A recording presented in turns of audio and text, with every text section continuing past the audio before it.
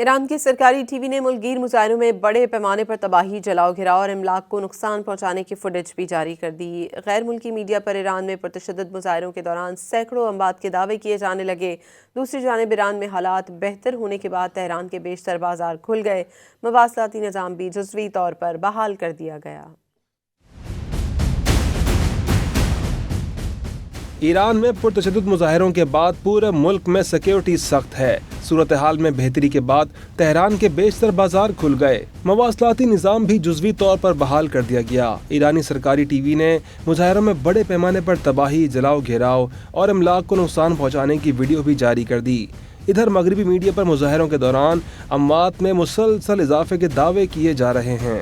برطانوی خبر ایجنسی نے ایرانی سیکیورٹی عہدیدار کے حوالے سے دعویٰ کیا کہ مظاہروں میں لگ بھگ 2000 افراد جاں بحق ہوئے۔ امریکی ادارے ہرانہ کے مطابق 14 روزہ مظاہروں میں 1982 اموات رپورٹ ہوئیں، جن میں 1847 مظاہرین اور 135 سیکیورٹی اہلکار ہیں، جبکہ 16780 افراد گرفتار کیے گئے۔ نیو یارک ٹائمز نے مظاہروں میں 3000 افراد کے مارے جانے کا خدشہ ظاہر کیا ہے۔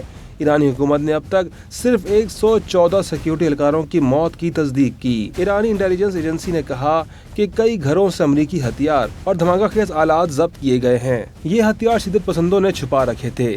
ایرانی سپریم لیڈر آیت اللہ خامنئی نے واضح کیا کہ ایرانی قوم مضبوط، طاقتور اور باخبر ہے۔ خامنئی نے خبردار کیا کہ امریکہ اپنے فریبی اقدامات روکے۔ انہوں نے پیغام میں مزید کہا کہ امریکہ اپنے اعلی کاروں پر بھروسہ کرنا چھوڑ دے۔